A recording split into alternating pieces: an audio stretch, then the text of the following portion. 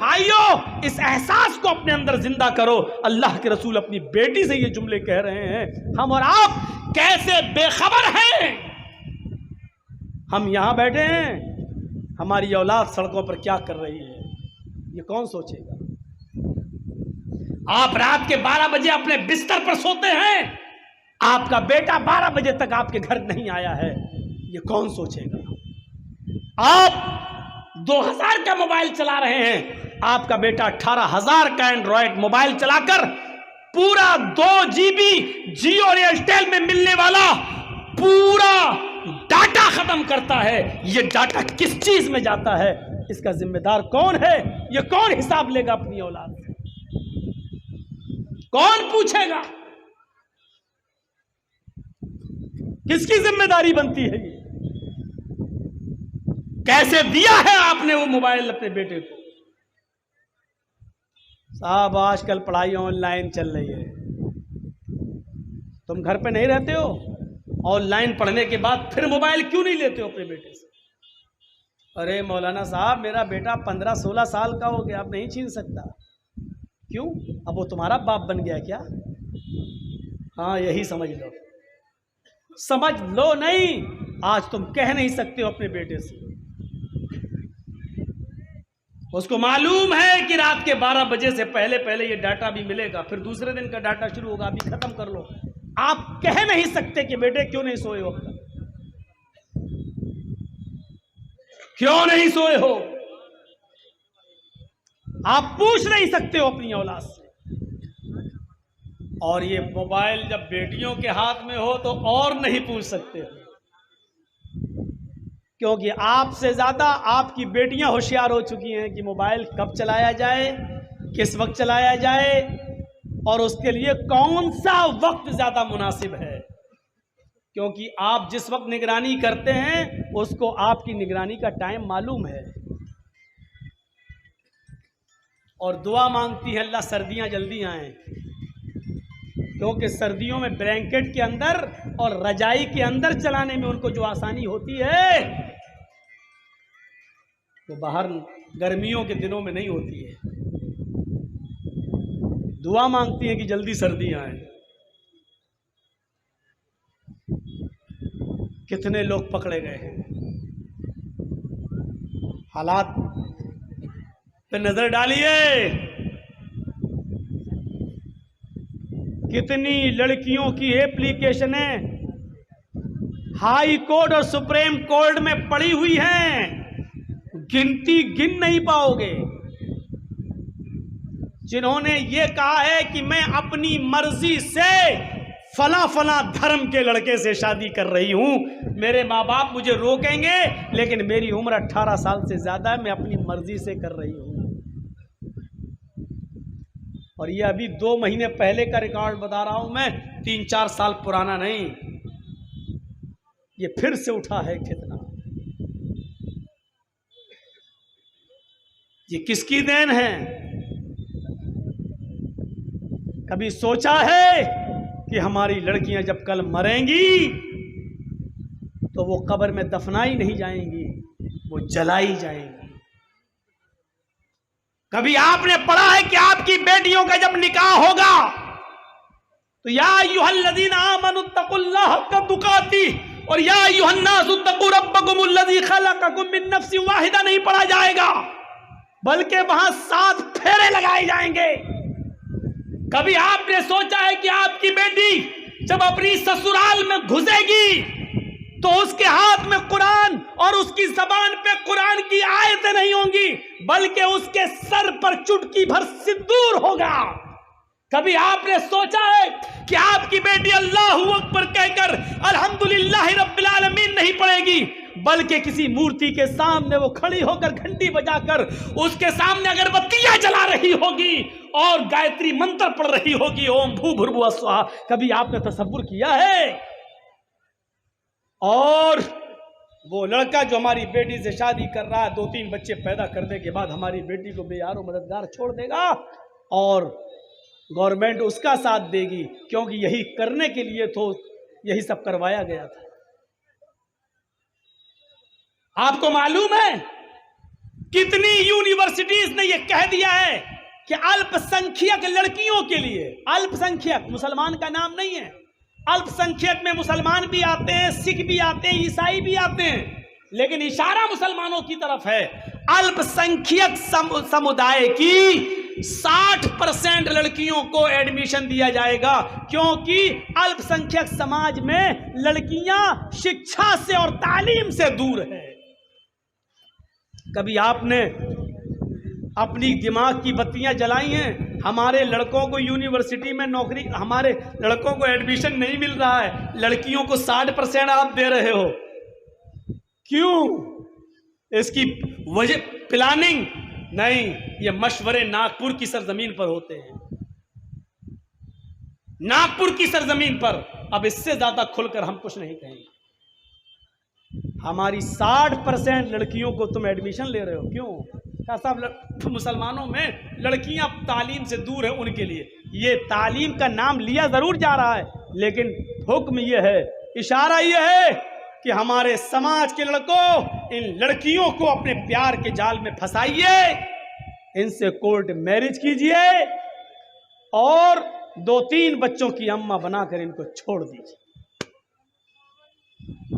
क्योंकि धोबी का गधा ना घर का ना घाट का। अब ये ना उधर जा सकती हैं, ना उनका समाज इनको कबूल करेगा, और ना हमारा समाज ये दर दर की ठोकरें करेगा। कौन जिम्मेदार है इसका? आप मोबाइल के बारे में नहीं पूछ सकते कि बेटी तेरे पास ये मोबाइल कहां से आया, और आया है तो ये 699 वाला और 698 वाला रिचार्ज करवाया कौन है? हमने तो ये पैसा नहीं दिया था। कभी पूछा है आपने? नहीं पूछ सकते हैं, नहीं है इतनी हिम्मत आपके अंदर, क्योंकि आपको मालूम है ज्यादा सख्ती करेंगे बेटी भाग जाएगी, और भाग गई तो पूरे खानदान की नाक कटा देगी, मालूम है। ये उसी ढील का नतीजा है। ये 4 खूबियां अपने अंदर पैदा कीजिए, जिनके बारे में फरमाया कि बस सारी इंसानियत नुकसान के अंदर है, लेकिन जिनके अंदर ये खूबियां पाई गई वो नहीं है। जन्नत उनको मिल जाएगी, खोया हुआ मकाम उनको मिल जाएगा। जिस मकाम से हमारे बाप आदम को और हमारी माँ हव्वा को निकाला गया था, उस मकाम में हमें दोबारा एंट्री मिल जाएगी। वो 4 खूबियां क्या हैं? इल्लल्लज़ीना आमनू वअमिलुस्सालिहाति वतवासौ बिलहक्कि वतवासौ बिस्सब्र। ईमान अपने अंदर पैदा कीजिए, जो लोग ईमान लाए, वअमिलुस्सालिहात, और जिन्होंने अमले स्वाले किए। देखिए ये 2 चीजें एक साथ पेश की, इल्लल्लज़ीना आमनू वअमिलुस्सालिहात, ईमान भी जरूरी और अमले स्वाले भी जरूरी।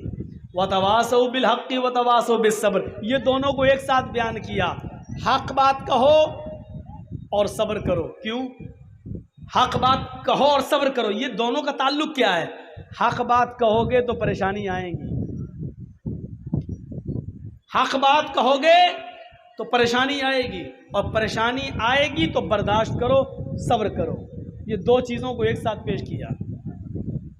आज बहुत जल्दी लोग हक बात के लिए तैयार नहीं होते, बोल ही नहीं सकते हैं। हक बात बोलेंगे तो CBI, IB, ATS। हमारे उत्तर प्रदेश का हाल तो बहुत ही बुरा चल रहा है। थोड़ा सा आपने कुछ भी कह दिया, कुछ भी, तो पहले तो आप अंदर जाओ। अब ये कहते रहो कि हमने नहीं किया, आपको ना कहने के लिए, ये साबित करने के लिए मैंने ये कहा नहीं। 4, 5, 10 साल आपको इसमें गुजारना पड़ा, इसी में चले जाएंगे। आपको शायद मालूम होगा, एक ऐसे ही कोई डाल दिया था किसी ने YouTube वगैरह पर, लेकिन उसमें एक तरफ देखा जाए तो सच्चाई है कि एक हाथी भाग रहा था जंगल में, तो भैंस ने उससे पूछा कि तुम कहां भाग रहे हो, कहां भाग रहे हो? तो हाथी ने कहा है कि मैं इसलिए भाग रहा हूं जंगल में कि अभी अभी ऐलान हुआ है कि जो भी भैंस जंगल में दिखाई दे उसको पकड़ो और उसको ठूस दो जेल के अंदर। तो भैंस ने कहा कि जब ऐलान तो भैंस का हुआ है कि जो भी भैंस मिल जाए उसको पकड़ के ठूसो मारो, तो तुम तो हाथी हो, तुम क्यों भाग रहे हो? हाथी ने कहा है कि 20 साल तो मुझे ये साबित करने में लग जाएगा कि मैं भैंस नहीं हूं। तो भैंस ने कहा धत तेरी की, फिर वो भी भागी। तो ये सूरत हाल है इस वक्त हमारे मुल्क की, ये सूरत हाल है इस वक्त। हर आदमी का कलेजा नहीं है 35 और 36 मरतबा जेल में चला जाए। हर आदमी का, हर मौलवी का कलेजा नहीं है जो हक बात डंके की चोट पर कह दे। इसलिए हक और सब्र को एक साथ बयान किया, वतवासौ बिल हक़्क़ि वतवासौ बिस सब्र। हक बात कहोगे तो परेशानी आएंगी, तो 4 काम अपने अंदर पैदा कर लो। ईमान, नंबर 2 अमले स्वालेह, हक बात कहना हर हाल में, और हक बात कहने में जो परेशानी आए उस पर सब्र करना। ये 4 चीजें। पहली चीज ईमान। ईमान कैसा? ईमान और अमले स्वालेह दोनों जरूरी। आपके पास ईमान है, अमले स्वालेह नहीं, बेकार है। ईमान है लेकिन अमले स्वालेह नहीं, बेकार। अमले स्वालेह है लेकिन ईमान नहीं, तो भी बेकार। आपने कभी देखा है गैर मुस्लिम लोग भी गरीबों की कितनी मदद करते हैं? जरा बंबई चले जाओ, टाटा हॉस्पिटल के सामने खड़े हो जाओ, लाइन लगी हुई है गरीबों की मदद करने वालों की। कैंसर पेशेंट वालों को मदद करने के लिए कितने लोग आते हैं, कितनी संस्थाएं आती। लो साहब कितना का खर्चा? 4 लाख। लो 3 लाख हम दे रहे हैं, लो 2 लाख हम दे रहे हैं हमारी तरफ से। कोई फल लेके चला आ रहा, कोई खाना लेके चला आ रहा, कोई कुछ करते हुए। कितना अच्छा काम है अगर बज़ाहिर देखा जाए, लेकिन सवाब क्या मिलेगा? कुछ नहीं। क्यों? क्योंकि अमले स्वाले तो है लेकिन ईमान नहीं। हमारे पास ईमान है लेकिन अमले स्वाले नहीं है। अमले स्वाले नहीं। ईमान किसको कहते हैं? अमले स्वाले क्या है? अबू दहदा अंसारी के ऊपर नजर डालिए। अल्लाह के नबी जनाब मोहम्मद रसूलुल्लाह सल्लल्लाहु अलैहि वसल्लम के पास सहाबा की एक मीटिंग है, सहाबा बैठे हुए हैं। नबी अकरम के ऊपर कुरान की आयत नाजिल होती है। आपने सहाबा को बताया, आए सहाबियो, मंज़ल्लज़ी युक़रिज़ुल्लाह क़र्ज़न हसना, कौन है जो अल्लाह को कर्ज हसना देगा? अल्लाह को कर्ज हसना। सहाबा ने कहा अल्लाह के नबी, क्या अल्लाह भी कर्ज हसना लेता है? अल्लाह को भी कर्ज की जरूरत है? फरमाया कि हाँ, अल्लाह रब्बुल आलमीन भी कर्ज लेता है, कर्ज हसना। जो अल्लाह को कर्ज हसना देगा अल्लाह बदले में उसको जन्नत देगा। तुम दुनिया में अल्लाह की राह में खर्च करोगे, अल्लाह उसके बदले तुम्हें जन्नत देगा। कुरान की आयत नाजिल होती है। आपने सहाबा को सिर्फ अभी बताया ही है कि अल्लाह ने यह आयत नाजिल की है, जो हमको कर्ज देगा हम उसको बदले में जन्नत देंगे। इतना कहना था कि हजरत अबू दहदा अंसारी उठते हैं, खड़े होते हैं, कहते हैं अल्लाह के नबी, अगर मैं अल्लाह को कर्ज हसना दूं तो अल्लाह बदले में हमको क्या देगा? अल्लाह के नबी फरमाते हैं अल्लाह बदले में तुम्हें जन्नत देगा। फरमाया अल्लाह के नबी, मेरे 2 बाग हैं मदीने में, एक नीचे हिस्से पे एक ऊपर हिस्से में। मैं दोनों बाग अल्लाह को कर्ज हसना दे रहा हूँ, अल्लाह की राह में सदका कर रहा हूँ। मैंने दोनों बाग अल्लाह को कर्ज हसना दे दिए, बाग, गार्डन। अल्लाह के नबी फरमाते हैं नहीं, आए अबू दहदा, दोनों नहीं, तुम्हारे पास 2 ही बाग हैं। अगर दोनों तुम अल्लाह को कर्ज हसना दे दोगे, सदका कर दोगे, तो फिर तुम्हारे बीवी बच्चे क्या खाएंगे? तुम्हारी जरिए माश कहां से चलेगी? तुम्हारी इक्तिसादी, तुम्हारी माशी जिंदगी तबाह हो जाएगी। फिर तुम सड़कों पर भीख मांगोगे। अल्लाह को यह भी पसंद नहीं कि कोई भीख मांगे। इसलिए ऐसा करो कि 2 बाग हैं, एक बाग अल्लाह को दे दो और एक बाग अपने पास रख लो। कहने लगे ठीक है, फिर मैं उस बाग को दे देता हूं जिसमें खजूरों के 600 पेड़ 600 दरख्त लगे हुए हैं। कहा ठीक है।